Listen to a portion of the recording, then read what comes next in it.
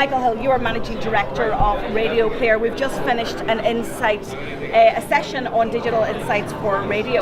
Technology is really disrupting the radio space, but from Radio Player's perspective, there are loads of opportunities.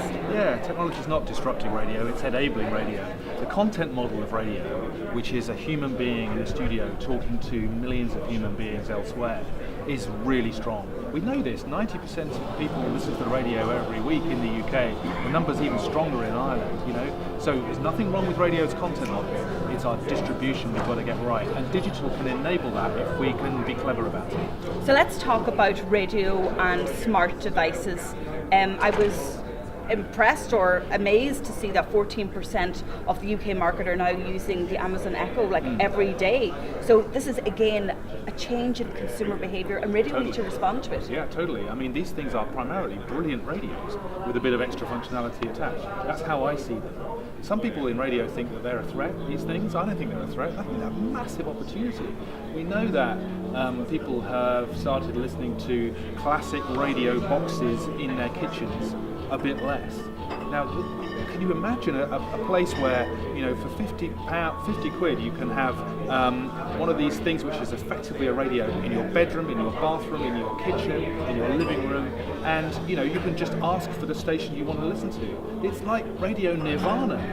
Our content model is strong, all we've got to do is get our services sounding great on these platforms. So content is good, it's the distribution model I guess you're talking about. Let's talk about Radio Player. You rebranded and relaunched yesterday at Radio World in the UK. What is your app doing for radio in Ireland?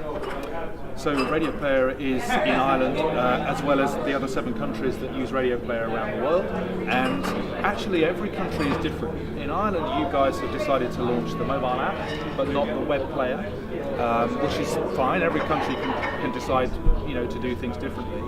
You guys are big on voice devices. You know it's going to be huge here, although the Echo has only just launched. So we've given you your own Irish Radio Player skill on Alexa.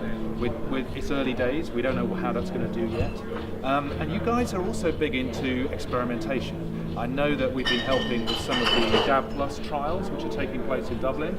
Radio Player data is feeding those transmitters and is helping that to come to life as well. And as you saw in my presentation, we believe in a hybrid future. It's not just about streaming, it's not just about broadcast, it's about a combination of the two. And I think in Ireland, you guys get that message loud and clear. Finally, Mike, let's talk about the younger generation, 15 to 24-year-olds. We heard yesterday that perhaps this generation didn't grow up with radio, so are they a market to be won, and how do you win them over to radio?